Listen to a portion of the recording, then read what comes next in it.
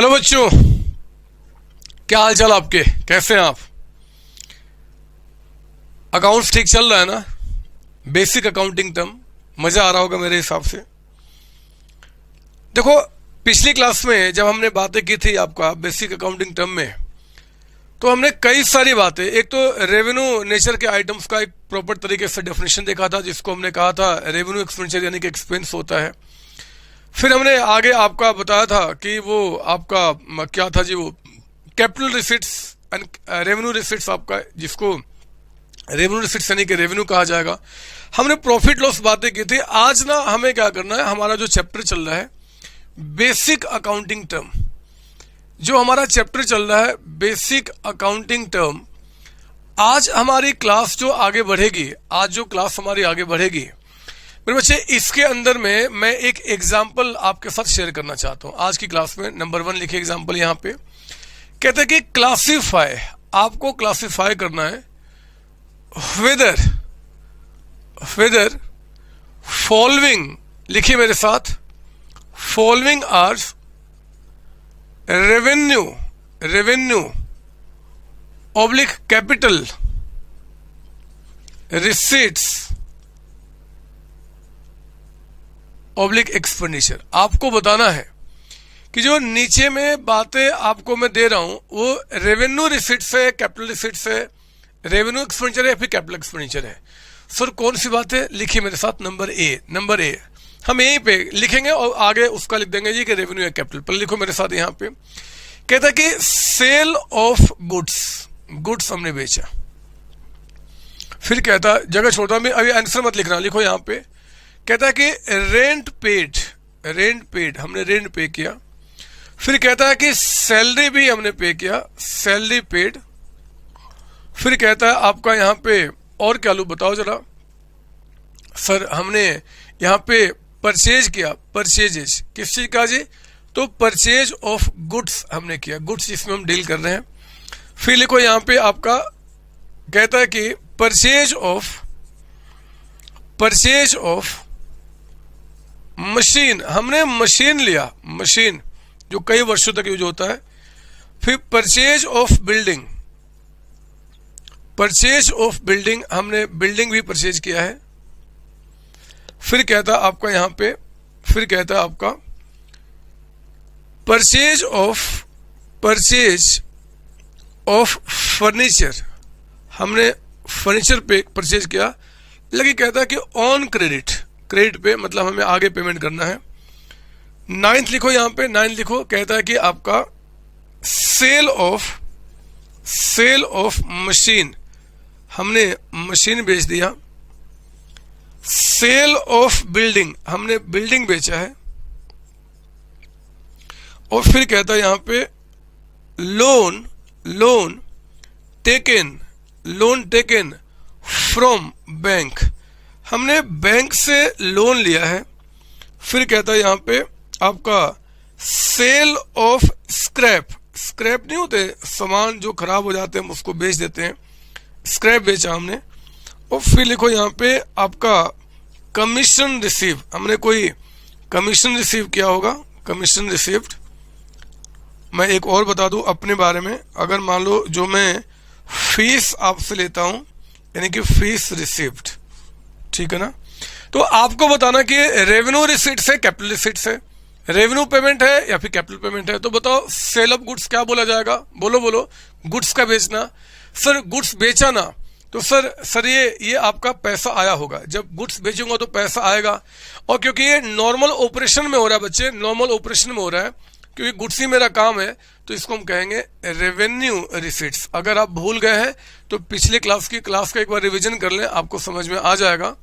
फिर कहता है आपका रेंट पे करना ऑपरेशन में होता है, और पे किया इसलिए हम इसे कहेंगे रेवेन्यू पेमेंट।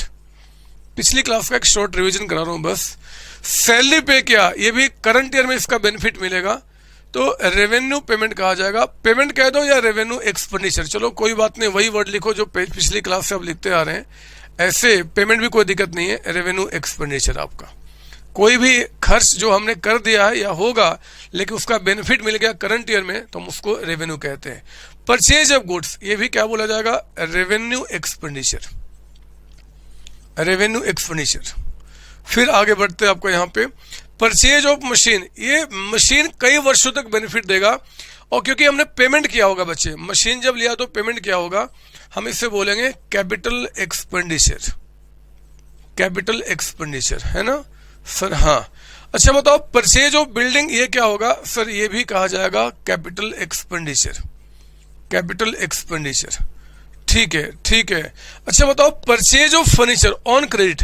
अगर हमने फर्नीचर को परचेज किया है क्रेडिट पे, तो बताओ फर्नीचर आपका क्या है, इसका बेनिफिट करंट ईयर में कि आगे भी मिलेगा? सर आगे भी मिलेगा, लेकिन ऑन क्रेडिट है, क्या फर्क पड़ता है? चाहे पेमेंट हो चुका है चाहे अभी पेमेंट करना है, हम इसे कैपिटल एक्सपेंडिचर ही कहते हैं। अरे पेमेंट इस साल हो चाहे आगे वाले वर्षों में, जिस पर जो भी हमने परचेज किया, अगर पेमेंट उसका फ्यूचर में मिलेगा, बेनिफिट फ्यूचर मिलेगा, हम उसे कैपिटल एक्सपेंडिचर कहते हैं।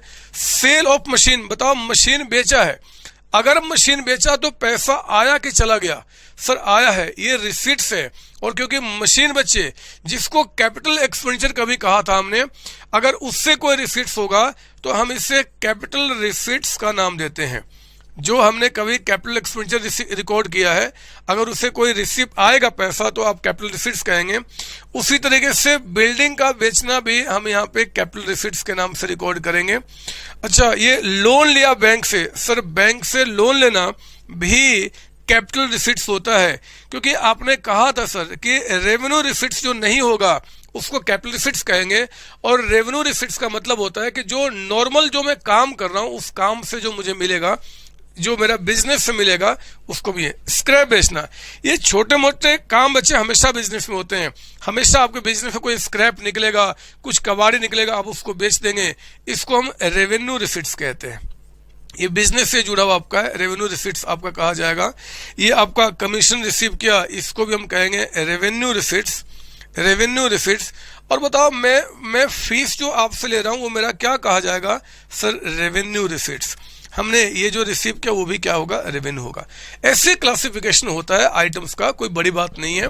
तो ये बातें हमने पिछली क्लास में आपको बताई थी, और उसी का एक छोटा सा हमने रिवीजन करा दिया। न्यूमेरिकली एग्जाम में क्वेश्चन आते हैं कि बताओ जी रेवेन्यू होगा कि कैपिटल होगा, तो मेरे बच्चे अब यहाँ तक क्लियरफाई कर सकते हैं। ठीक है ना? कोई डाउट? नहीं सर कोई डाउट नहीं। ठीक है, अब मैं क्लास को आगे बढ़ाता हूँ। ये तो छोटा सा रिविजन था। अगर आप मुझे अनुमति दें, अगर मुझे आप आज्ञा दें, तो मैं इसको मिटाऊं। हाँ सर हाँ, मिटा दो आप यहाँ पे, हमें अब इससे कोई जरूरत नहीं सर, इसकी कोई जरूरत नहीं, आप मिटा दो सर। आप भी अपनी मनोकामना पूरी कर लो, जो आपको इस जिंदगी में मन कर रहा है वो सब कर लो सर आप। मुझे तो सिर्फ पढ़ाने का मन करता है बच्चे, और कुछ नहीं मन करता, कुछ नहीं मन करता। सुबह शाम चाहता हूँ बस आपको पढ़ाते रहो पढ़ाते रहो, खाना भी खाने का मन नहीं करता, बस आपको पढ़ाते रहो पढ़ाते रहो। ठीक है सर, हम भी तैयार है सर। आगे बताओ, आज की जो क्लास है ना, इसमें 2-3 अच्छे वर्ड आएंगे। ऐसा नहीं कि उन वर्ड को पहले आपने नहीं सुना है, आप पहले से उन वर्ड के बारे में जानते हैं, लेकिन वो बहुत मजेदार वर्ड है। तो चलो और उन वर्ड्स को मैं आपके सामने रखता हूं, और फिर हम क्लास को आज आगे बढ़ाते हैं। एक वर्ड होता है बच्चे डिस्काउंट। लिखिए आज की क्लास में, आई थिंक मैं भूल गया, पिछली क्लास में शायद 15 पॉइंट तक हमने बात की थी, तो आज हमारा 16 पॉइंट होगा। जो भी होगा कोई बात नहीं, 16 पॉइंट लिख दो। इसमें थोड़े झगड़ा करना है ना, झगड़ा थोड़े करना है। आज एक वर्ड मैं आपको बताऊंगा बहुत प्यारा सा, जिसका नाम है डिस्काउंट। सर ये सुना सुना सा लगता है, कैसी बात कहते हो, कैसी बात, इतने बड़े हो गए डिस्काउंट नहीं जानते? अरे ये तो आपकी आदत है, ये आपकी आदत है, जब भी कुछ करो तो सर डिस्काउंट दे दो। यही होता है ना बच्चे। आप कभी शोरूम में जाते हो, कोई सामान लेना है, भैया कितना डिस्काउंट दोगे, कितना डिस्काउंट चल रहा है, बात नहीं होती क्या? ये 400 रुपए का ना भैया, बहुत महंगा, बताओ कितने डिस्काउंट दोगे, करते हो बात ना। वही डिस्काउंट, यहाँ पे वही डिस्काउंट की बात कर रहे हैं जो आप जानते हो। हाँ, अकाउंट्स में आकर थोड़ा इसको हम पॉलिश कर देंगे। सर कैसी पॉलिशिंग, मैं आपको बता दूं। एक्चुअली जो डिस्काउंट होता है बच्चे अकाउंट्स में, वो 2 तरीके का होता है। सुनना ध्यान से, डिस्काउंट 2 तरीके का होता है। एक होता है आपका ट्रेड डिस्काउंट, ट्रेड डिस्काउंट एक होता है मेरे बच्चे ट्रेड डिस्काउंट। और एक वर्ड होता है, एक खामखा इतना बड़ा निकाल दिया, एक वर्ड आपका होता है कैश डिस्काउंट। कैश डिस्काउंट, 2 तरीके का आपका डिस्काउंट होता है अकाउंट्स में जब हम बात करते हैं। एक होता है क्या जी, आपका ट्रेड डिस्काउंट, दूसरा क्या होता है आपका कैश डिस्काउंट। सर एक बात बताओ, ये आपका जो ट्रेड डिस्काउंट है और जो कैश डिस्काउंट है, ये क्या होता है, ये क्या होता है सर? मैं थोड़ा सा डिस्काउंट के बारे में लिखा दूं क्या पहले, इसके बाद आगे बढ़ जाएंगे। सर प्लीज सर, हमें काटना पड़ेगा। काट लो ना, अरे काट लो ना, क्या फर्क पड़ गया, थोड़ा गलती हो गई तो क्या चला जाएगा, थोड़ा लिखो तो इसके बारे में। डिस्काउंट फिर आगे बताऊंगा ना, आपके लिए काट रहा हूं। लिखो डिस्काउंट के बारे में, डिस्काउंट के बारे में। कहता है कि व्हेन कस्टमर्स आर, लिखिए थोड़ा सा इसके बारे में। व्हेन कस्टमर्स आर, सर आप तो मिटा देते हो लेकिन हम थोड़े मिटा पाते सर, काटते गंदा हो जाता है। कोई बात नहीं, हो जाने दो, आज तो कुछ भी हो जाने दो। व्हेन कस्टमर्स आर अलाउड, आज तो कुछ भी हो जाने दो बस। कंसेशन, कंसेशन, जब कस्टमर को हम कोई कंसेशन देते हैं, CONCESSION, कंसेशन। कंसेशन को हम यहाँ पे रिबेट भी कह सकते हैं। रिबेट का मतलब छूट यानी कि discount. In the prices of goods, in the prices of goods, in the prices of goods, आपका जो गुड्स है उनके प्राइस में अगर कोई कंसेशन देते हो, इन द प्राइस ऑफ गुड्स और सर्विसेज। अब देखो ना, सर्विसेज भी तो हम मांगते हैं, उनसे भी कंसेशन। तो when customers are allowed concession in the price of goods और services, in the price of goods and services, और फ्रॉम अमाउंट, फ्रॉम अमाउंट,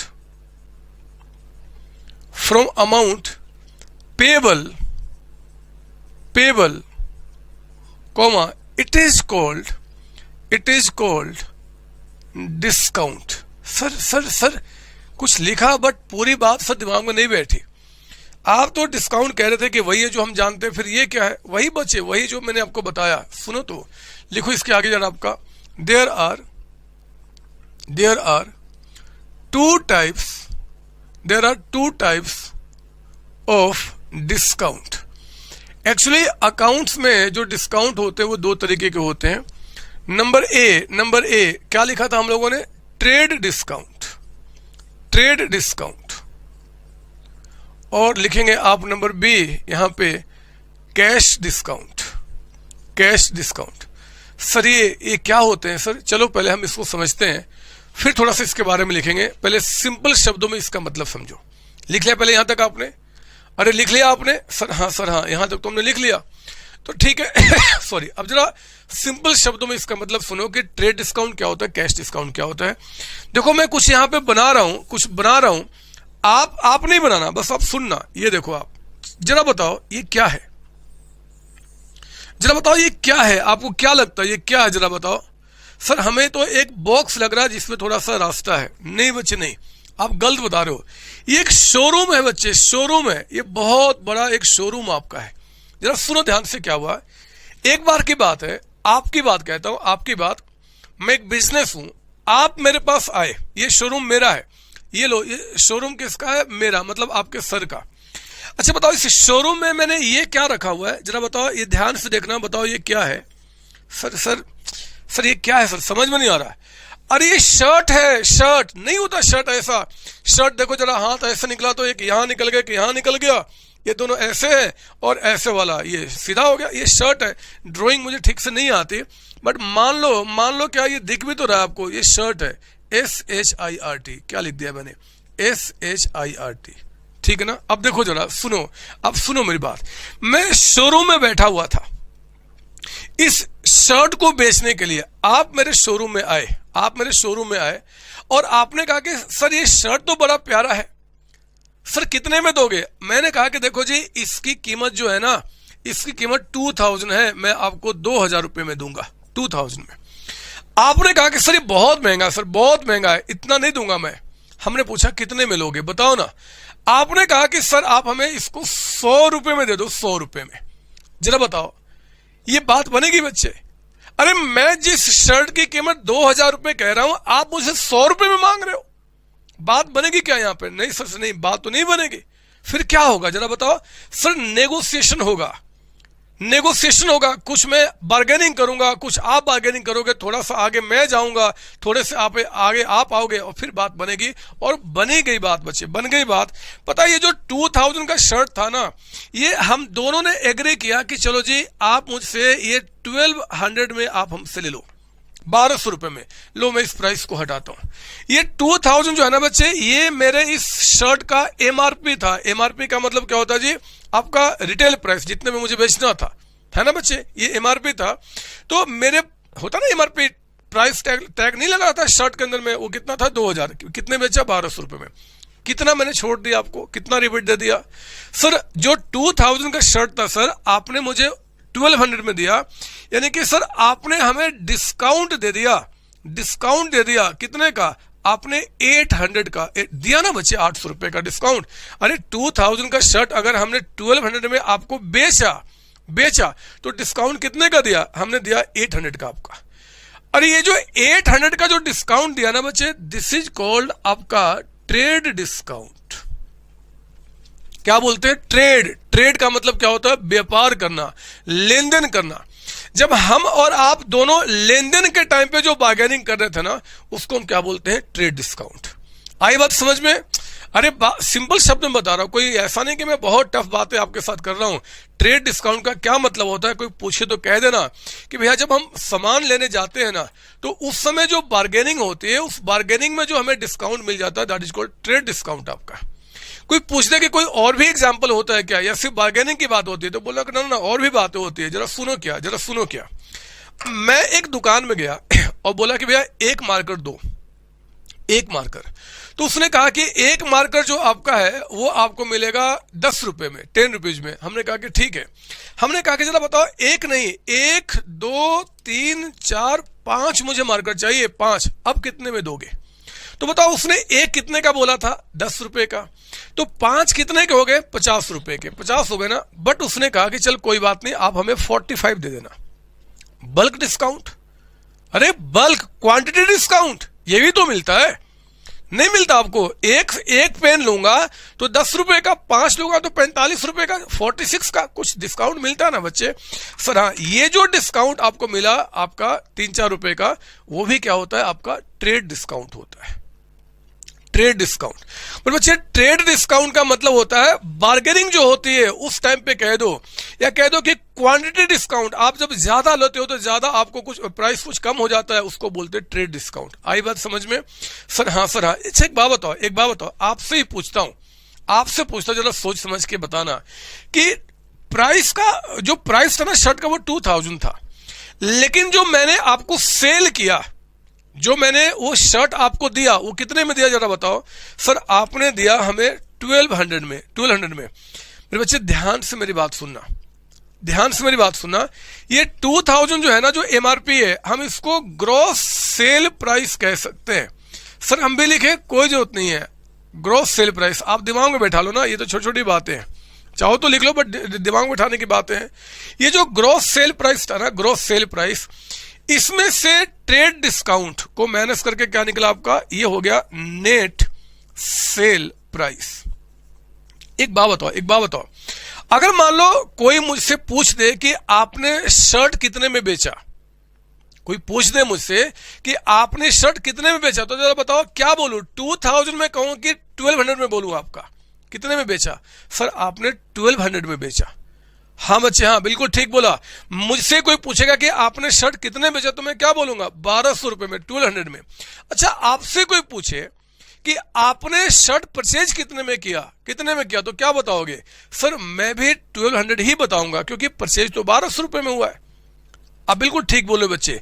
बेचने की जो मैं एंट्री करूंगा ना, जो रिकॉर्डिंग करूंगा कि भैया मैंने कितने में बेचा, तो मैं रिकॉर्डिंग करूंगा 1200 से। और आप अपने घर में जब रिकॉर्ड करोगे ना कि मैंने परचेज कितने में किया, तो आप भी रिकॉर्डिंग कितने से करोगे? 1200 से।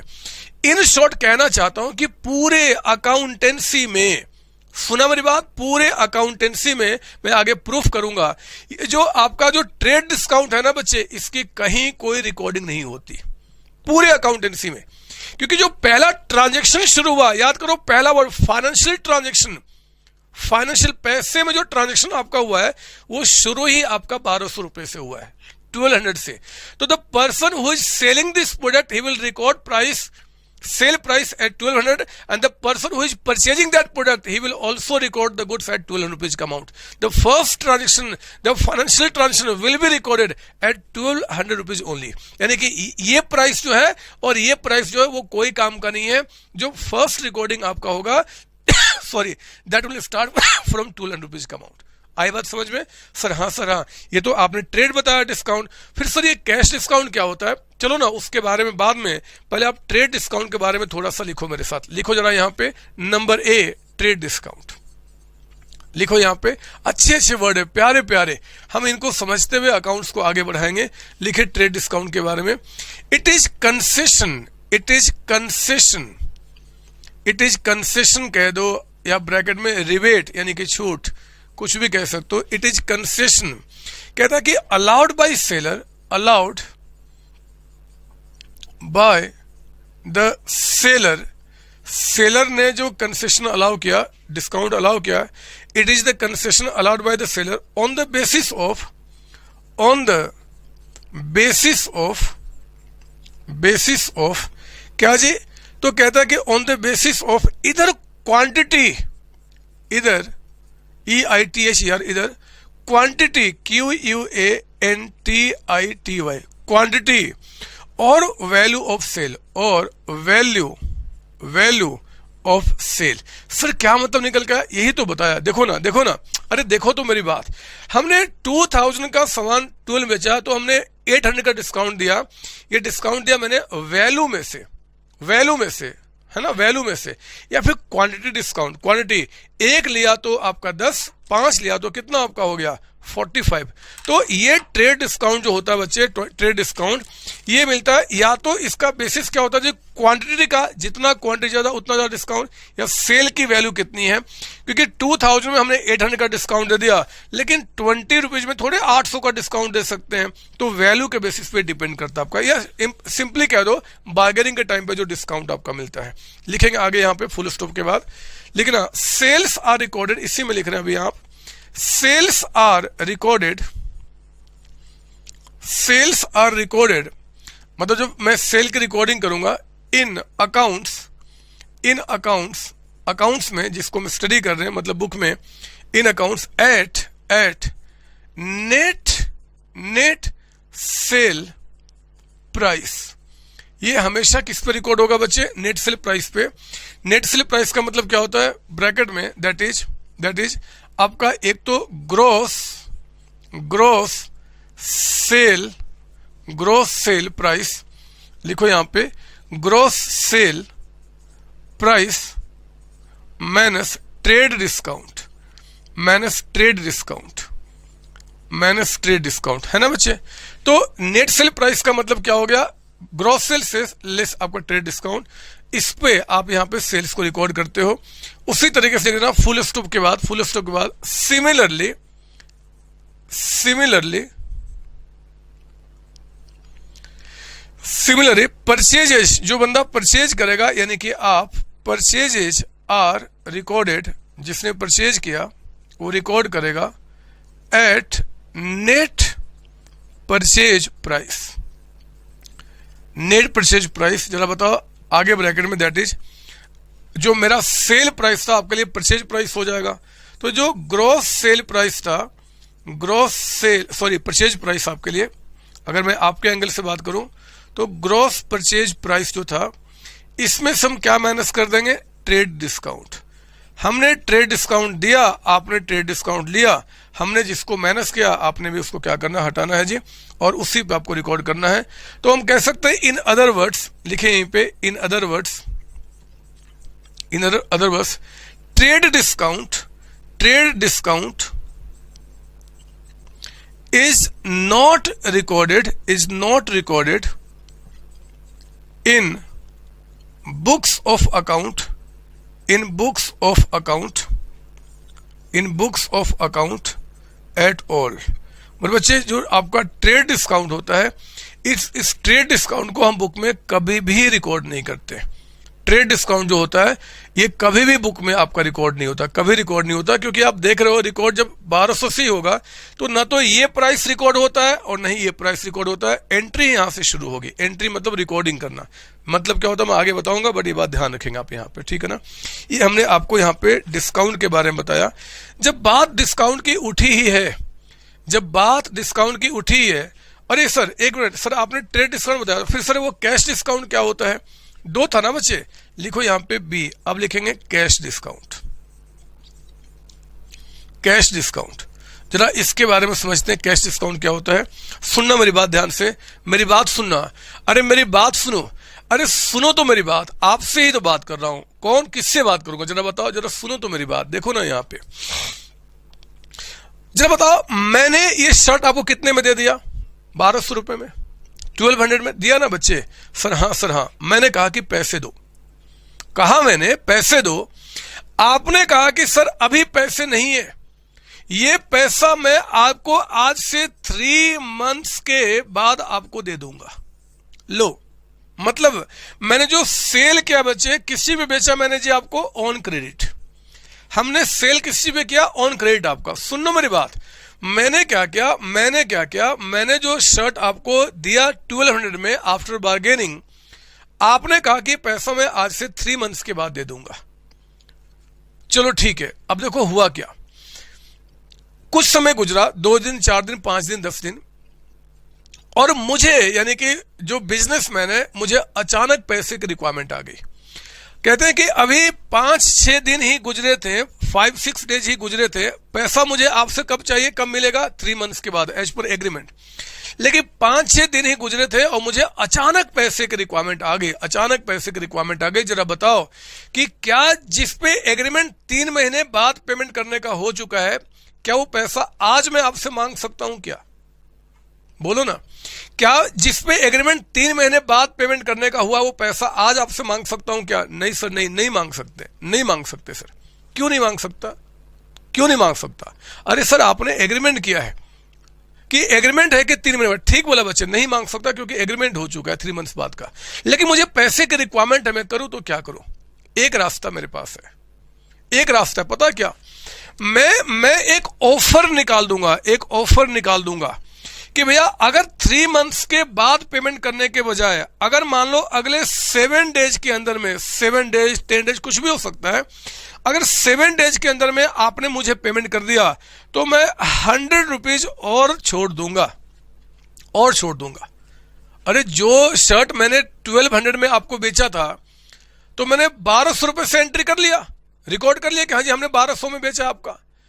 लेकिन अगर मान लो कि जब 1200 में शर्ट मैंने बेचा आपको, 1200 में बेचा, और उसके बाद क्या हुआ कि अगर मान लो अचानक ही मुझे पैसे की रिक्वायरमेंट आ गई, मैं पैसा आपसे नहीं मांग सकता क्योंकि एग्रीमेंट 3 महीने का हो चुका है, तो मैंने एक ऑफर निकाल दिया कि अगर आपने 5 दिन 7 दिन 10 दिन के अंदर पेमेंट कर दिया, कुछ भी हो सकता है टाइम पीरियड, तो मैं 100 रुपीज और डिस्काउंट आपको दे दूंगा।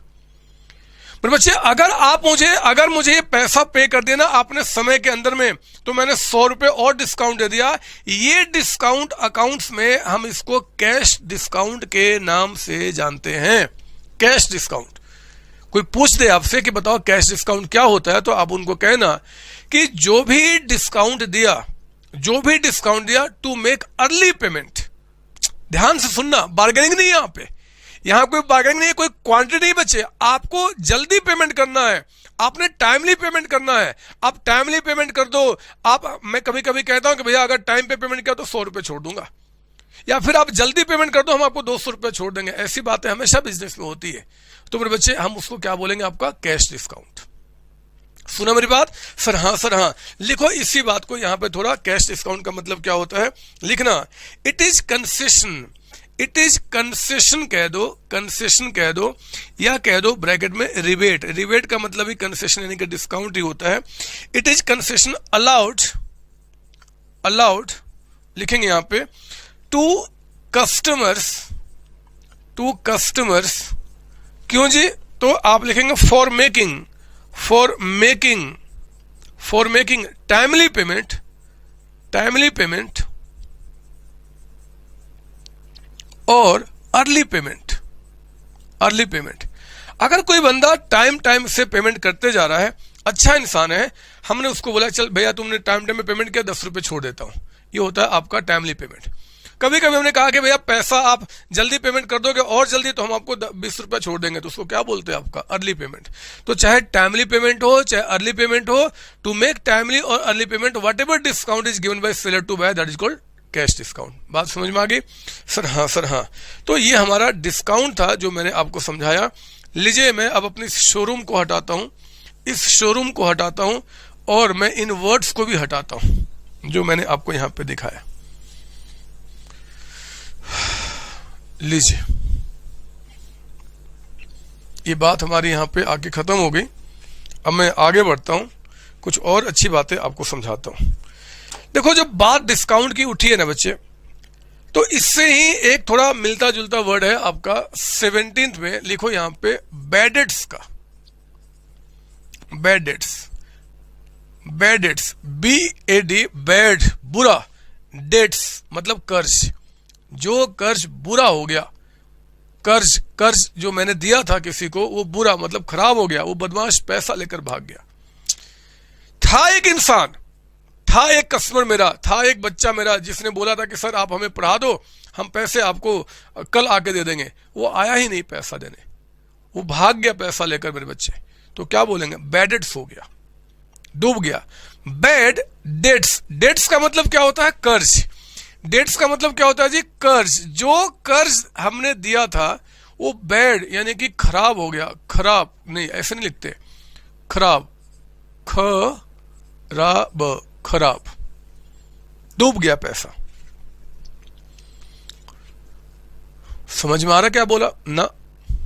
नहीं सर बिल्कुल नहीं समझ में आया।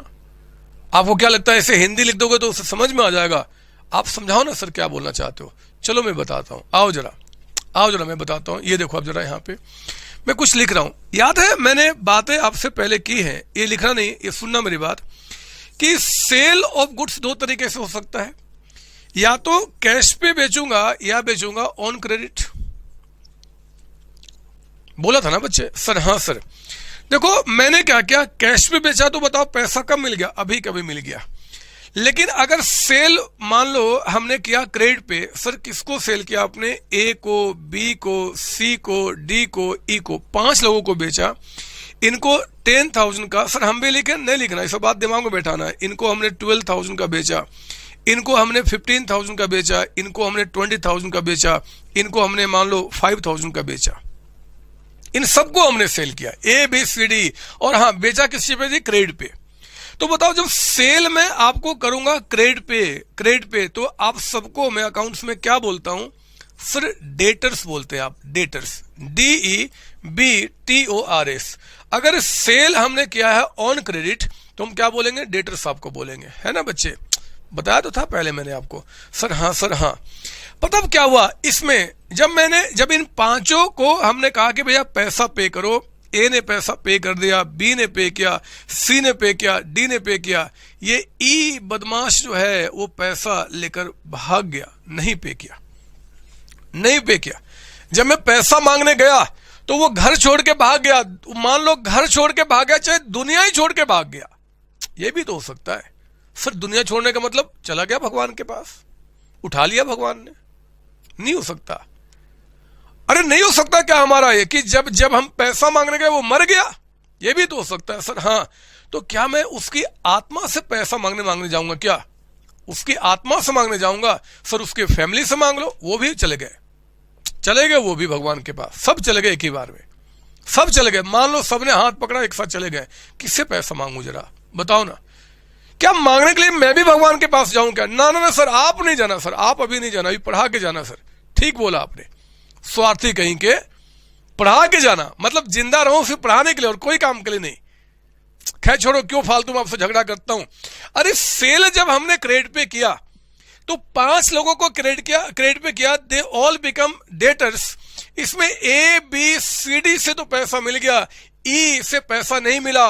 कई रीजन हो सकता है, वो भाग गया, वो मर गया, वो इंसॉल्वेंट हो गया। ओह, एक नया वर्ड, इंसॉल्वेंट। सर इंसॉल्वेंट का मतलब क्या होता है? दिवालिया हो जाना बच्चे, दिवालिया घोषित हो जाना। दिवालिया का मतलब कि अब उसकी स्थिति बहुत खराब हो चुकी है, वो एक तरीके से भिखारी बन चुका है, वो अपने कर्ज पेमेंट करने के लिए वो कैपेबल नहीं है, उसको बोलते हैं इंसॉल्वेंट हो जाना। इंसॉल्वेंट अभी आएगा वर्ड, मैं बताऊंगा, बट वो ऐसे लोगों को हम बोलते हैं इंसॉल्वेंट हो गया। तो हमने कहा किसी भी रीजन से, चाहे वो आपका भाग गया हो, चाहे वो मर गया हो, चाहे वो इनसॉल्वेंट हो गया हो, any reason, due to any reason, if I am not able to recover that amount, then that amount will become bad debts for me. वो पैसा मेरा डूब गया, वो कर्ज जो मैंने डेप्ट यानी कि जो कर्ज दिया था, वो कर्ज मेरा खराब हो गया, वो कर्ज डूब गया, हम उसे बैड डेट्स कहेंगे अकाउंट्स में। नहीं समझ में आया? नहीं समझ में आया? सर आया सर, आया सर, आ गया सर, आगे बढ़ो ना सर, हमें तो सच्ची बता रहे सर, आप एक एक वर्ड को ना ऐसे बता रहे हो कि हम क्या बताएं, सर दिमाग में बैठ जा रहा है। यही तो चाहता हूं बच्चे, और मैंने आपका ये जो ध्यान है ना वो आपको आगे बढ़ाने की कोशिश कर रहा है। ये बच्चे, ये पता नहीं है, मैं सीए फाइनल तक के बच्चों की बात करता हूं, वो बच्चे इस बात को नहीं समझ पाते हैं। बदबू आते उन बच्चों से मुझे अंदर, उनके अंदर से। सर क्यों बदबू आती है? नहीं कुछ जानते, वो क्या करो जरा बताओ। फिर ऐसे लोग खराब ही तो हो गए, वो भी खराब हो गए, लेकिन आप थोड़े ऐसे हो गए। आपको तो वर्ड की मास्टरी अभी होगी। बैड डेट्स का मतलब होता है if the firm is not able to recover the amount due to any reason, either it's due to insolvency और द आपका death of the customer, any reason, that is called bad debts. आपका पैसा मिलने की संभावना खत्म हो चुकी है। Now the amount can not be recovered at all. वो पैसा कभी रिकवर नहीं हो सकता, कभी रिकवर नहीं होगा, उसको बोलते हैं बैड डेट्स। लिखिए थोड़ा सा इसके बारे में, लिखेंगे आप यहां पे। बैड डेट्स का मतलब क्या होता है कि बैड डेप्ट, बैड डेप्ट। सर आपने बोला डेप्ट, यहां बोला डेट्स। अरे डेप्ट मतलब कोई एक आदमी से डूबा होगा, बैड डेट्स का मतलब क्या कई लोगों से डूबा होगा। इतना थोड़े टेंशन लेते हैं। चलो आपको बैड डेप्ट लिख दो, बैड डेप्ट, फिर आपका एक ही आदमी से डूबा हुआ पैसा, उसी के बारे में समझाता हूं मैं, यहां पे कर दूंगा। फिर इज लिखो, बैड डेप्ट is the amount, is the amount, is the amount, bad debt is the amount which becomes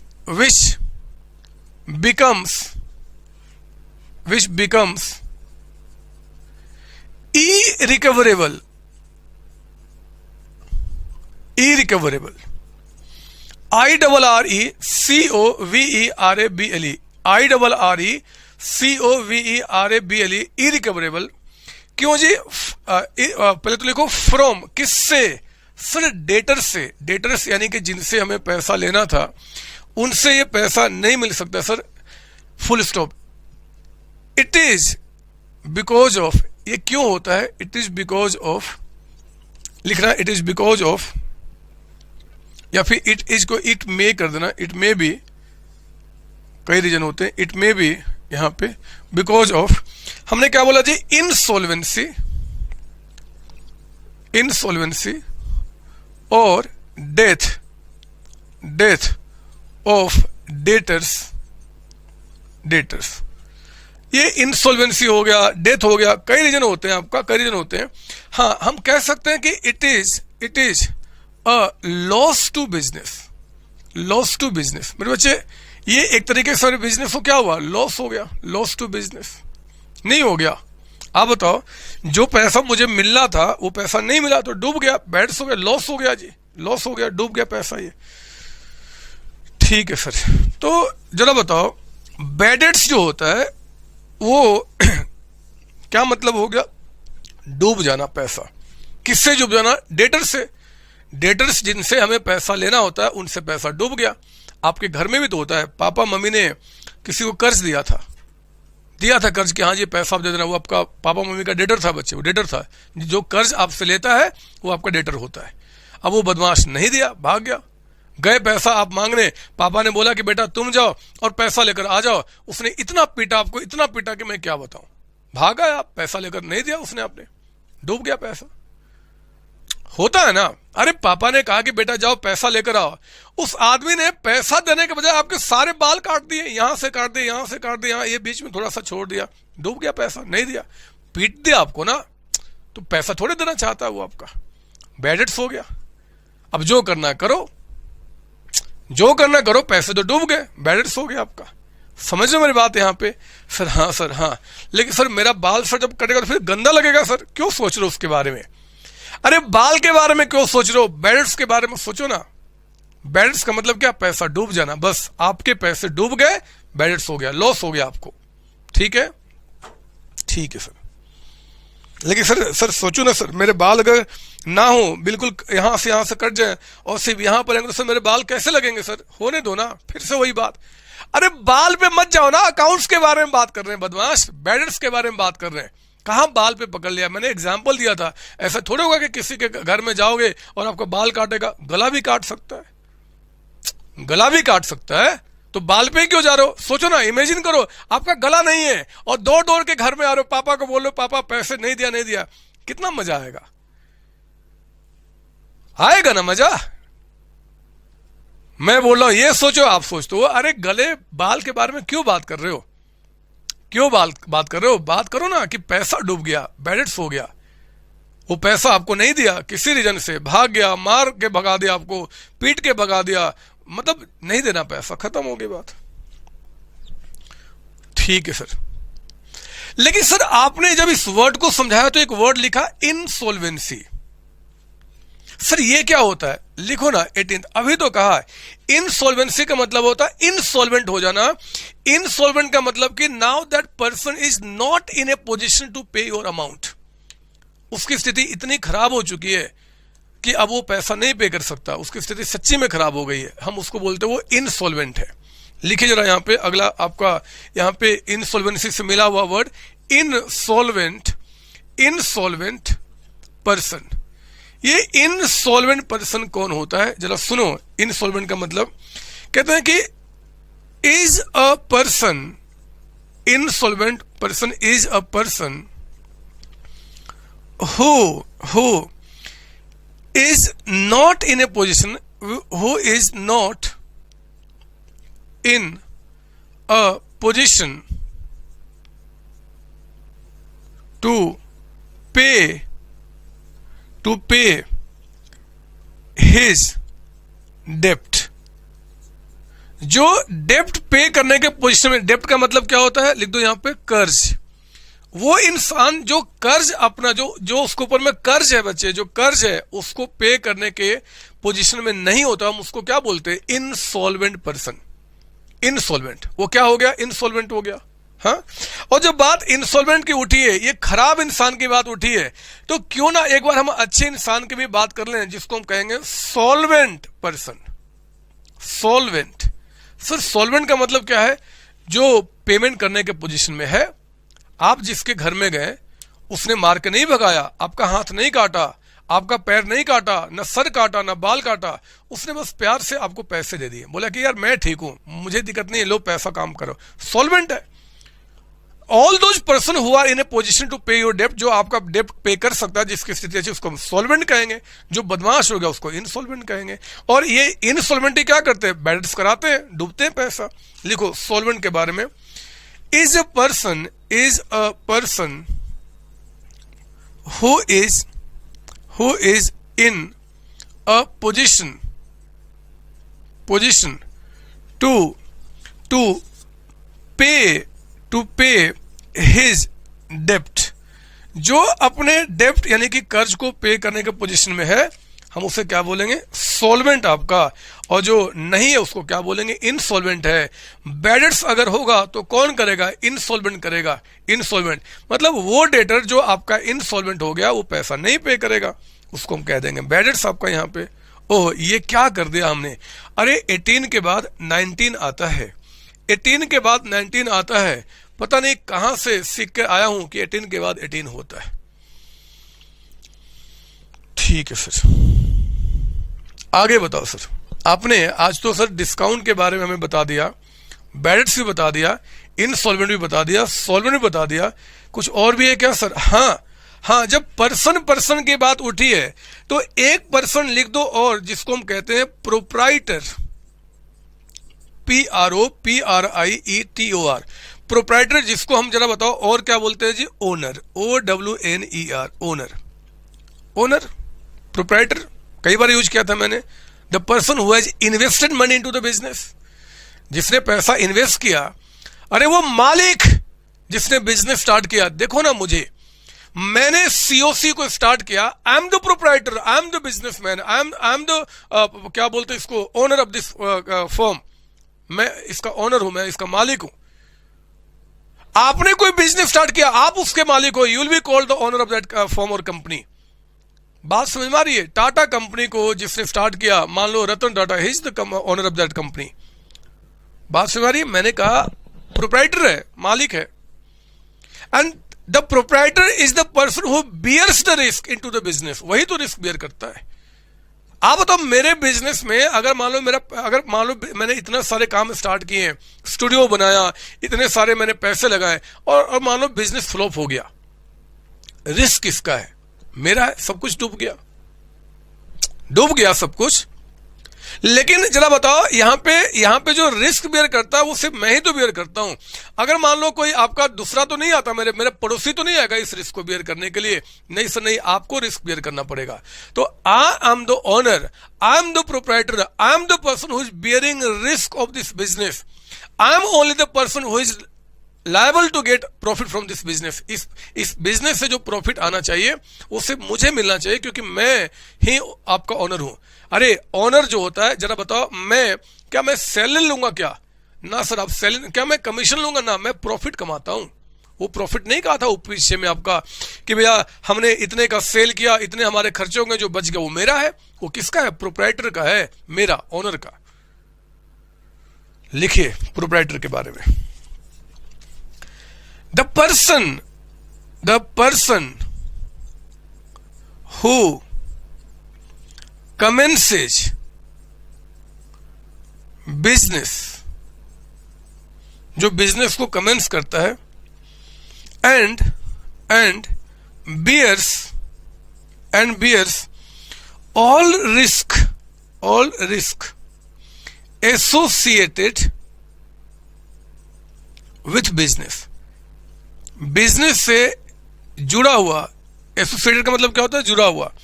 जो भी रिस्क है जो उसको बियर करता है, इज कॉल्ड प्रोप्राइटर, या कह दो क्या जी आप यहां पे, ओनर। प्रोप्राइटर कह दो या कह दो जी यहां पे ओनर। आई बात समझ में? तो जितने भी आपके कंपनी के मालिक होते हैं, फर्म के मालिक होते हैं, उन सबको हम क्या बोलते हैं आपको यहां पे? प्रोप्राइटर। अच्छा बताओ, ये प्रोप्राइटर जो होगा, ये जो ओनर होगा, ये किसका होगा? किस चीज का? बिजनेस का।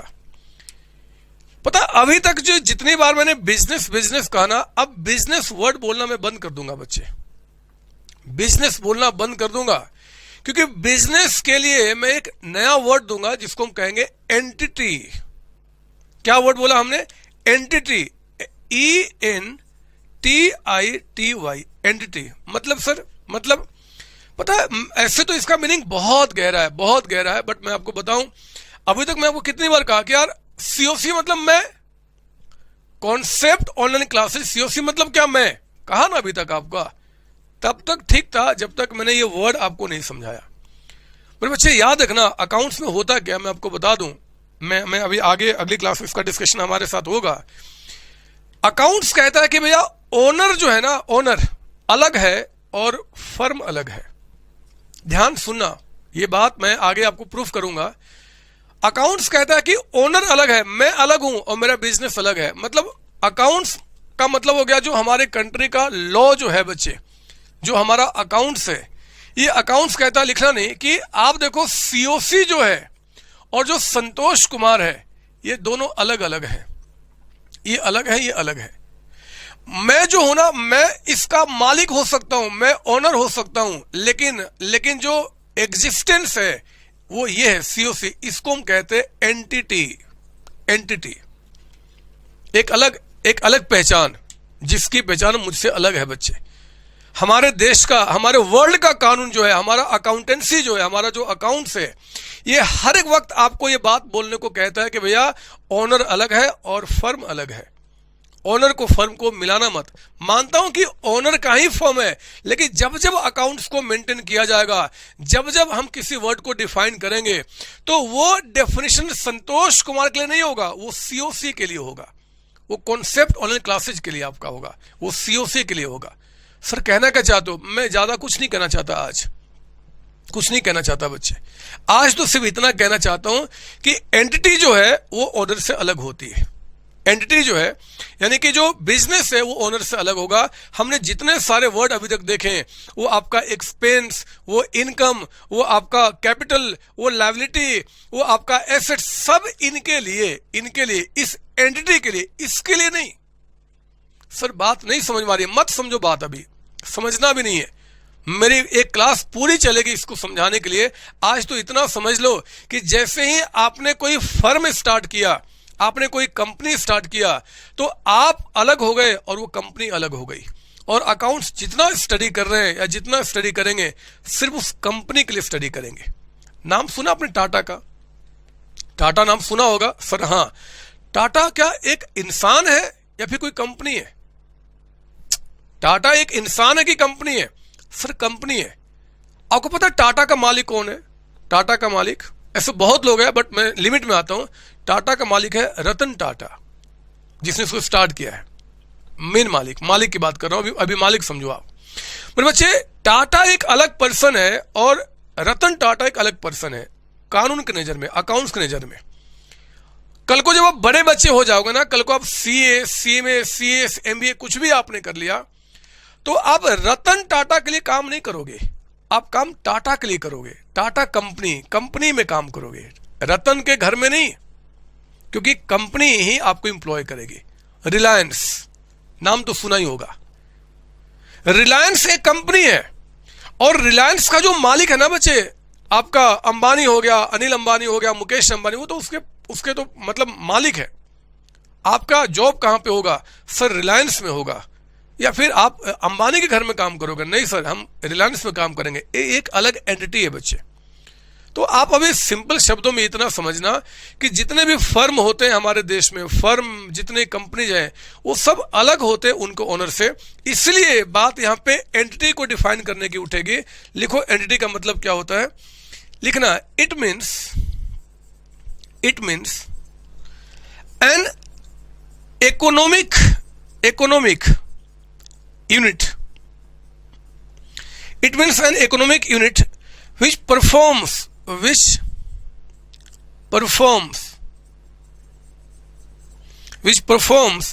economic activities.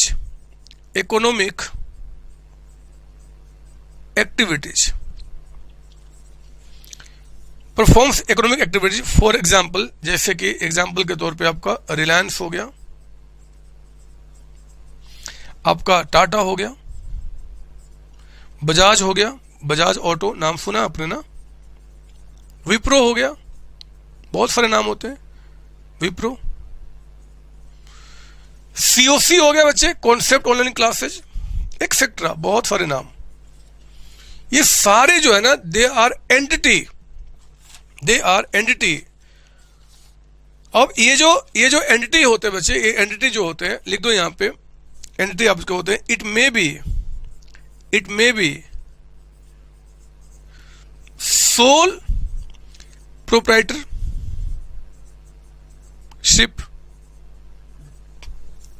Form, partnership form,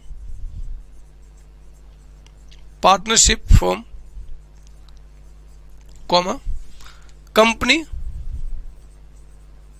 etcetera, बहुत सारी बातें आएंगी, एक्सेट्रा, फुल स्टॉप। सुनिए, एंटिटी का मतलब होता है, हमने कहा कि एक इकोनॉमिक यूनिट। मेरे बच्चे, इकोनॉमिक यूनिट का मतलब होता है जो इकोनॉमिक में, मतलब पैसे में लेन देन करता है, जो पैसे में चलता है, आपका पैसे के लिए चलता है। विच परफॉर्म्स इकोनॉमिक एक्टिविटीज, जो पैसे की एक्टिविटी परफॉर्म कर सकता है। इकोनॉमी, पैसे की बात कर रहे हैं, इकोनॉमिक का मतलब पैसा भी होता है आपका। तो जो वो इकोनॉमिक यूनिट, बातें दो है यहां पे, एक वो इकोनॉमिक यूनिट जो इकोनॉमिक एक्टिविटीज, इकोनॉमिक मतलब इकोनॉमी प्रोडक्शन करता है। इकोनॉमिक कई बड़ा वर्ड है, इकोनॉमी का मतलब प्रोडक्शन करना भी होता है। जो प्रोडक्शन करता है, सर्विसेज को बनाता है, गुड्स बेचता है, उसको हम बोलते हैं इकोनॉमिक एक्टिविटी यूनिट आपका। इन शॉर्ट, जैसे कि एक आपका हो गया सोल प्रोप्राइटरशिप फॉर्म। सर ये क्या होता है? सोल, अकेला। अगर मैं अकेला इसका मालिक हूं, सीओसी का अगर मैं अकेला मालिक हूं तो मेरे फर्म को कहा जाएगा सोल प्रोप्राइटरशिप फर्म। अगर सीओसी में मान लो 2 या उससे ज्यादा मालिक हैं तो हम इसे पार्टनरशिप फर्म कहते हैं। और इसमें बहुत सारे मालिक होते हैं, बहुत सारे मालिक, हम उसे कंपनी कहते हैं। सर बहुत सारे कितने, ये आगे का विषय, मैं बाद में बात करूंगा। एक जगह सारी बातें हो नहीं सकती, इसके लिए अलग टॉपिक आपका है। लेकिन ध्यान रखना, जिसमें बहुत सारे मालिक, जैसे टाटा कंपनी है ना बच्चे, उसमें लाखों मालिक हैं। सिर्फ रतन टाटा मालिक नहीं, मैं भी हूं, मैंने भी उसके कंपनी में पैसे लगाए हुए हैं। तो खैर उतनी बात हम क्या करें, हमने कहा कि भैया देखो जी, ये तीनों जो है ना वो कंपनी के, मतलब ये आपका एंटिटी कहा जाएगा, एंटिटी, जिसके लिए हम अकाउंट्स की स्टडी करते हैं। आई बात समझ में? सर हाँ सर हाँ, ये तो बात सर समझ में आ गया। कुछ और भी है सर? नहीं सर, आज का तो मुझे कुछ फाइल में बातें दिख नहीं रही हैं। मैंने लगभग सारी बातें आपको यहाँ पर समझा ही दी है, जितनी सारी बातें हो सकती हैं। तो मैं अब ना थोड़ा सा आपके साथ अब खेल खेलूंगा, मैं थोड़ा सा खेल खेलूंगा। आप पहले इसको लिख लो। सर जो आपने लास्ट में कहा ना, एंटिटी का मतलब होता है कि मैं अलग हूं, ओनर अलग। सर समझ में नहीं आया, मत समझो ना, मैंने कहा तो अभी मत समझो, है ना समय आपको समझाने के लिए। पूरा का पूरा अकाउंट्स आप स्टार्टिंग में सब थोड़े समझ जाओगे, समय दो मुझे थोड़ा सा। बस मैंने कहा कि एंटिटी का मतलब होता है कोई भी इकोनॉमिक यूनिट, वो यूनिट यानी कि वो जो इकोनॉमिक यानी कि प्रोडक्शन कर रहा है, जो प्रोडक्शन करता है, जो प्रोडक्शन करता है, गुड्स परचेज करता है, सेल करता है, उसको हम क्या बोलते हैं? एंटिटी आपका। ठीक है ना? लीजिए मैं इसको मिटाता हूं। और हमने लगभग बहुत सारे पॉइंट्स इसमें हमने डिस्कस कर लिए। लीजिए मैं इसको हटाते हूं।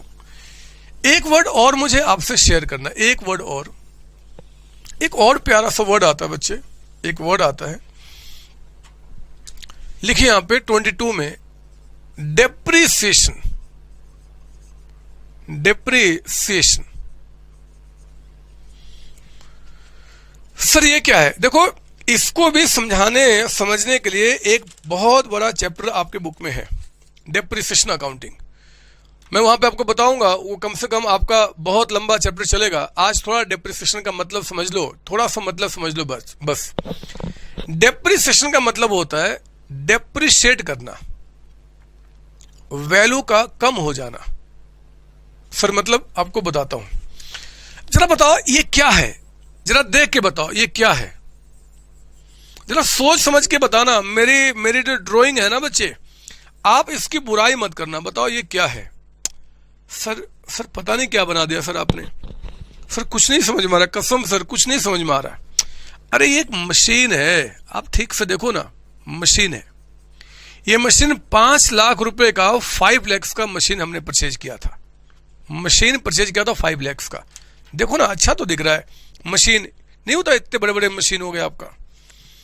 एक बात बताओ, जो मशीन आज हमने 5 लाख का परचेज किया, क्या ये मशीन जन्म तक मैं इसको यूज करूंगा क्या? बताओ ना, क्या मशीन जो मैंने परचेज किया है, क्या उसको मैं जन्म उसको 10 साल, सॉरी उसको मैं इस जन्म, अगले जन्म, उसके अगले जन्म, क्या ऐसा कुछ होगा क्या? नहीं सर नहीं। सर मशीन जो है ना सर, इसकी एक लिमिटेड लाइफ होती है। कोई भी चीज ले लो, मशीन हो गया आपका, एसी हो गया आपका, फ्रिज हो गया घर का, फर्नीचर हो गया आपका, बिल्डिंग हो गया, सबका एक लाइफ लिमिटेड होता है बच्चे। ये कभी जन्म तक नहीं चल सकते आपके पास। ठीक बोला आपने। मान लो 5 लाख का जो मशीन था, इसकी लाइफ अगर मान लो 10 ईयर्स की है, 10 ईयर्स की है, मान लो 10 साल की है, तो मेरे बच्चे हर एक साल इसकी कुछ वैल्यू मैं यूज कर लूंगा, इसकी कुछ वैल्यू में हर एक साल यूज कर लूंगा। यूज करने का मतलब कि डेप्रिशिएट कर जाएगा, इसकी वैल्यू कम हो जाएगी। डेप्रिशिएट मतलब क्या? Reduction in value. अरे जो 5 लाख का है, जरा बताओ, अगर मशीन 5 लाख का है और ये 10 साल 10 ईयर्स तक मैं यूज करूंगा, तो बताओ एक साल में इसकी कितनी वैल्यू कम हो जाएगी? सर 50,000। कोई सामान जो 5 लाख का परचेज किया था, अगर वो 10 ईयर्स तक यूज होगा तो 10 ईयर्स उसकी वैल्यू खत्म हो जाएगी ना बच्चे? सर हाँ खत्म हो जाएगी। 10 ईयर्स में जो वैल्यू खत्म हो जाएगी, वो कितनी वैल्यू है? वो 5 लाख से। एक साल में कितनी वैल्यू खत्म होगी फिर? मशीन अगर आज मान लो 5 लाख का मैंने परचेज किया and that machine will run for the 10 years, तो how much value will reduce in a year? एक साल में सर 50,000। इस 50 को ही हम कहते हैं अकाउंट्स में डेप्रिसिएशन। देखो ये भी बात अभी अधूरी है। डेप्रिसिएशन का मतलब जो होता है ना, जो बताऊंगा आपको, आप हैरान हो जाओगे, और वो हैरानी सिर्फ आपके लिए होगी, आप उस बात को ठीक से समझोगे। आज जितना बता रहा हूं उतना समझ लो, ताकि आपके दिमाग में थोड़ी थोड़ी बातें आ जाए। बाकी इन डेप्थ कॉन्सेप्ट तो भी डिस्कशन करूंगा आपके साथ। फिलहाल कोई पूछ दे यार डेप्रिसिएशन क्या होता है, तो आप कह देना कि decrease in value of assets. Value of assets को कम हो जाना, वैल्यू का एसेट्स कम हो जाना, सॉरी एसेट्स की वैल्यू कम हो जाना। क्यों जी? बिकॉज ऑफ यूज के चलते, या फिर फ्लक्स ऑफ टाइम। टाइम जैसे जैसे गुजरता है, टाइम जैसे जैसे गुजरता है वो क्या होगा? डेप्रिशिएट हो जाएगा। सर बिना यूज किए बगैर टाइम से कैसे होगा? होता है बच्चे। आपको बताऊं, आज के टाइम पे दिल्ली में कार की जो लाइफ है ना, वो 15 ईयर्स फिक्स की गई है। 15 साल, 15 साल से ज्यादा मैं कार यूज नहीं कर सकता, चाहे कार रहे चाहे ना रहे। अगर कार मैंने आज कार परचेज कर लिया और उसको छोड़ दिया, 15 साल के बाद यूज करूंगा, कर ही नहीं सकता, कर ही नहीं सकता, अलाउड नहीं है, इलीगल है। तो वैल्यू क्या होगी? खत्म हो गई, खत्म हो गई ना। अरे कार को खत्म करने की बात नहीं कर रहा, कार की वैल्यू खत्म हो गई। जरा बताओ 15 साल के बाद उस कार की क्या वैल्यू रह गई? जीरो हो गया, कोई यूज ही नहीं कर सकता, कोई यूज ही नहीं कर सकता, तो फिर क्या बोलूंगा? जीरो वैल्यू हो गया। तो डेप्रिसिएशन जो होता है, या तो रेगुलर जो आप यूज कर रहे हो उससे भी वैल्यू कम होती है, या फ्लक्स ऑफ टाइम यानी कि टाइम के कम होने से। लिखिए थोड़ा सा यहाँ पे डेप्रिसिएशन का मतलब क्या होता है। कहते हैं कि डेप्रिसिएशन, लिखेंगे यहाँ पे, depreciation is fall in value of fixed assets. जो आपके फिक्स्ड एसेट्स है ना, फिक्स्ड एसेट्स जरा बताओ कौन से थे?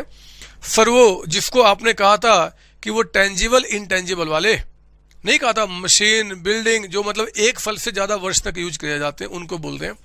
तो depreciation is fall in the value of fixed assets. क्यों जी? तो बिकॉज ऑफ, लिखिए यहां पे, बिकॉज ऑफ यूजेज, यूज जो आप कर रहे हो, और with efflux, AFFLUX, efflux of time. Time के बीतने से, एफ्लक्स मतलब टाइम का बीतना, जैसे जैसे टाइम बीतता है उस तरीके से आपके वैल्यू एसेट्स की कम होने लगती है। जैसे वैल्यू कम होगा हम उसको कहेंगे डेप्रिसिएशन, ठीक है ना। तो आप जरा एक काम करो, इसको समझने के लिए एग्जाम्पल लिखो यहाँ पे, एग्जाम्पल नंबर 1। इसको समझने के लिए मान लो कहता है कि कॉस्ट ऑफ मशीन, आपका जो मशीन है उसकी कॉस्ट कहता है कि मान लो 5 लाख का अमाउंट है, लिखो यहाँ पे 5 लाख, और कहता है कि इसका जो एस्टिमेटेड लाइफ है ना, लाइफ मतलब जितने साल तक ये चलेगा, इसकी जो लाइफ है वो हमें लगता है, पता नहीं क्यों, मान लो ये 10 ईयर्स है, 10 ईयर्स। तो बोलता है कि जरा बताओ कैलकुलेट डेप्रिसिएशन, मतलब कितनी वैल्यू इसकी कम होगी, डेप्रिसिएशन पर ईयर, हर एक साल कितनी वैल्यू कम होगी।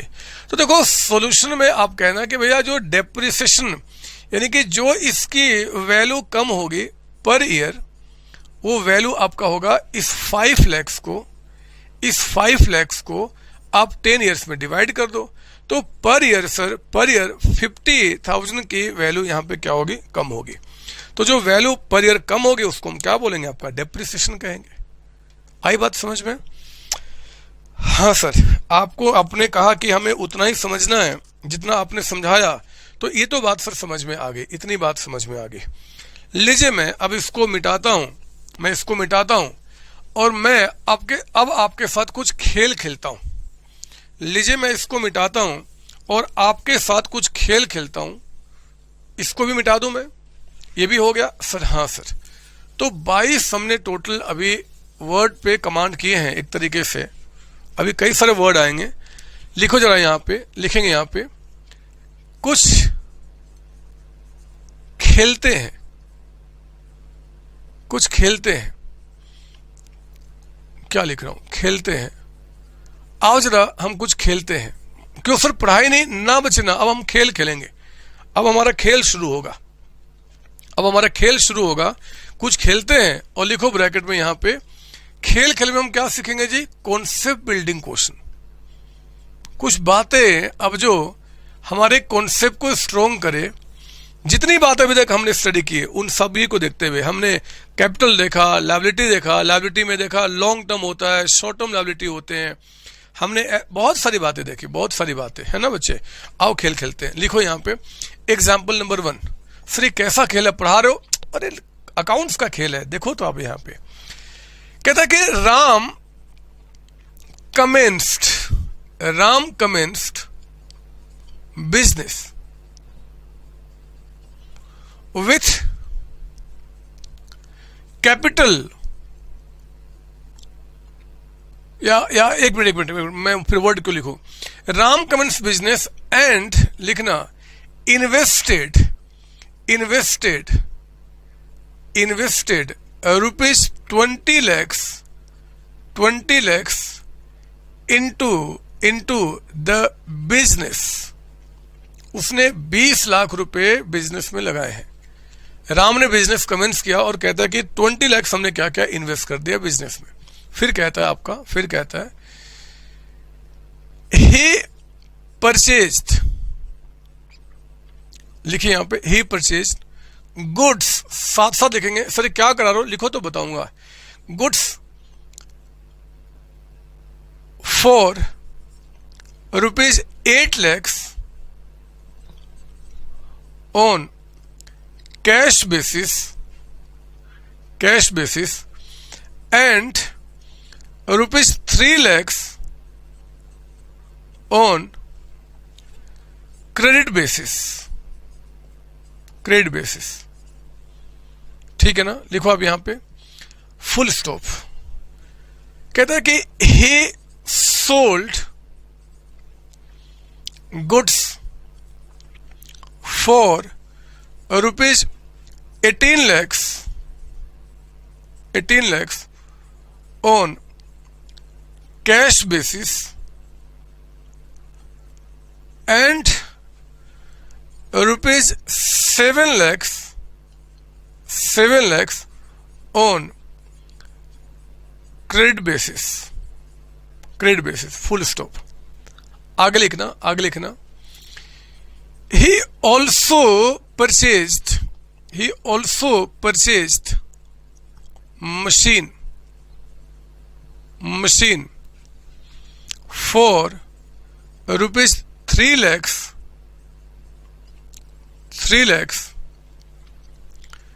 on cash basis।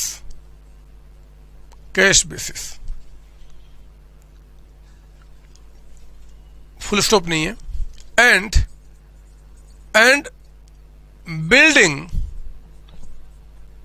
Building for rupees 2 lakhs। Full stop. आगे लिखना कहता है कि during the year Ram again invested rupees 5 lakhs into the business। उसने बिजनेस में फिर से कहता है कि 5 लाख रुपए लगाया। रिक्वायरमेंट आ गई होगी पैसे की, क्या जाता है। कहता है कि he also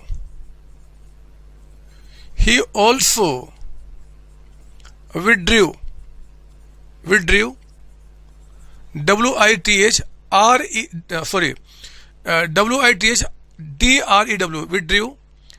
rupees 5,000 per month from the business for personal use का मतलब क्या हो गया, घर के लिए। कहता है कि फुल स्टॉप के बाद you are required to calculate, क्या जी, number A capital of the firm, firm की कैपिटल कितनी है। और आंसर हम साथ साथ लिखेंगे, इसलिए आप जगह छोड़ दो। आंसर क्या होगा बाद में, पहले हम क्वेश्चन लिख दें यहाँ पे, एक दो लाइन का जगह छोड़ना, फिर लिखो बी यहाँ पे, फिर लिखना यहाँ पे टोटल परचेजेज कितना होगा। किस चीज का? परचेज का मतलब हमेशा गुड्स का होता है। सी, फिर कहता आपका टोटल सेल्स कितना होगा। टोटल सेल्स मेरे बच्चे ये ब्रैकेट में डाल देता हूं, है ना। जब भी कहता है टोटल सेल्स बताओ, तो पूरे अकाउंटेंसी में सेल्स का मतलब ऑफ गुड्स होगा। गुड्स यानी कि जिसमें आप डील कर रहे हो उसके सेल की बात कर रहे हैं। डी कहता है कि जरा बताओ आपके फिक्स्ड एसेट्स टोटल कितने होंगे। ऐसे लिख दो, टोटल सब में दो तीन लाइन जगह छोड़ के टोटल फिक्स्ड्स कितने होंगे। फिक्स्ड्स एट एंड में वो भी आपको बताना है। फिर कहता है जरा बताओ ड्राइंग्स कितना होगा। आपसे पूछता है बताओ ड्राइंग्स आपका कितना हुआ, ड्राइंग्स कितना हुआ। देखो इतने सारे सवाल आपको क्वेश्चन पूछ रहा है, आपको यहाँ पे आंसर देना है। सिंपल बात है, कुछ नया नहीं है। जो हमने अभी तक आपको समझाया उसी बात को हम यहाँ पे थोड़ा समझने की कोशिश कर रहे हैं न्यूमेरिकली। आइए जरा देखते हैं क्या निकल के आता है, सुनना। अगर मैं पूछूं कि बताओ बिजनेस का कैपिटल कितना है, कैपिटल, तो यहां देखेंगे आप कैपिटल। बताओ कैपिटल का मतलब क्या बताया था मैंने, क्या बताया था कैपिटल का मतलब। सर आपने कैपिटल का मतलब कहा था कि amount invested by the owner into the business. जो पैसा ओनर ने बिजनेस में लगाया उसको हम कैपिटल कहते हैं। जरा देखो ओनर ने पैसा कितना लगाया, राम ओनर है यहाँ पे। देखो एक तो 20 लाख यहां लगाया, और देखो उसने शायद बीच में और पैसा लगाया था। सर हाँ, राम ने यानी कि ओनर ने 5 लाख रुपए और लगाया। तो बताओ आपका कैपिटल यहाँ पे 20 लाख पहले से लगा था, और फिर आपने 5 लाख रुपीज आपने बिजनेस में डाला, तो टोटल कैपिटल कितना हो गया सर 25 लाख। लिखो यहाँ पे 25 लिखो, ठीक है। अच्छा बताओ गुड्स का परचेज कितना होगा। सर गुड्स देखो आपने 8 लाख का परचेज किया कैश पे, और 3 लाख सर क्रेडिट पे। तो सर 8 लाख कैश वाला भी गुड्स आपका है, और 3 लाख जो परचेज किया वो भी गुड्स है। सर ये टोटल आपका 11 लाख का अमाउंट हो गया। बहुत अच्छी बात, ठीक है। सेल्स बताओ फिर कितना होगा। यहां देखो सेल का मतलब क्या, गुड्स का सेल, गुड्स की बात कर रहे हैं। 18 लाख कैश पे और 7 लाख क्रेडिट पे। तो 18 लाख का सेल आपने कैश पे किया है, और आपको 7 लाख का सेल किया आपने क्रेडिट पे। कितना हो गया 25 लाख। ये हमारा सेल आपका निकल के आ गया, ठीक है। फिक्स्ड टोटल एंड में कितना होगा। फिक्स्ड, अरे एक मिनट, फिक्स्ड जो लंबे समय तक हमें बेनिफिट देता है, 1 साल से ज्यादा। एक तो मशीन दिख रहा है मुझे 3 लाख का, और एक बिल्डिंग दिख रहा है ना बच्चे, बोलो ना हाँ, अरे बोलो ना हाँ। मशीन भी आपका लंबे समय के लिए होता है, और बिल्डिंग भी होता है। तो 3 लाख का मशीन लिख दो यहाँ पे, मशीन 3 लाख, ये हमारा फिक्स्ड है। और आपका यहाँ पे बिल्डिंग भी तो फिक्स्ड है, कितने का 2 लाख। बताओ कितना बन गया सर 5 लाख, ठीक है। ड्राइंग्स कितना किया। ड्राइंग्स का मतलब था जो आपने बिजनेस से पैसा निकाला घर के लिए। अरे 5000 पर मंथ है, तो बताओ 1 साल में कितने महीने होते हैं सर 12। एक्चुअली अकाउंटिंग एक बार में 1 साल की होती है। हम ये मानते हुए कि पूरे साल उसने पैसा निकाला होगा 5-5 हजार रुपए, तो मेरे बच्चे 60,000 उसकी ड्राइंग्स निकल के आ गई। बताओ ऐसी बातें मेरे बच्चे यानी कि आप क्यों नहीं समझ सकते, क्यों आइटम्स को आप नहीं पहचान पाओगे कि हमारा कैपिटल कितना है, लायबिलिटी कितना है, एक्सपेंस कितना, इनकम, कोई दिक्कत है क्या। नहीं सर नहीं, हम सर समझ जाएंगे, ठीक है। मेरे बच्चे आज हम क्लास को यहीं रोकेंगे, आपका आज क्लास को यहीं पर रोकेंगे। जब मैं अगली क्लास में आपके साथ मिलूंगा, जब हमारा मिलना अगली क्लास में होगा, तो मैं इस पे अभी और सारे क्वेश्चन कराऊंगा, जहां पे हम आइटम्स को थोड़ा और टफ करते चले जाएंगे, और आपको पहचानना होगा कि जितने वर्ड्स मैंने आपको दिए उसमें से किस वर्ड का क्या मतलब और कितना अमाउंट निकल के आता है। फिर हम अकाउंटिंग प्रिंसिपल्स को देखेंगे, और उसके बाद मैं आपको बिल्कुल मस्त तरीके से अकाउंट्स पढ़ाऊंगा और अच्छी जगह पे लेके जाऊंगा। आज की क्लास हम यही रोकते हैं बच्चे। अगली क्लास में मिलने के पहले आप सबको बाय बाय टाटा, मस्ती करें, लेकिन अभी बुक को टच नहीं करना, जब बोलूंगा तो टच करना शुरू करेंगे।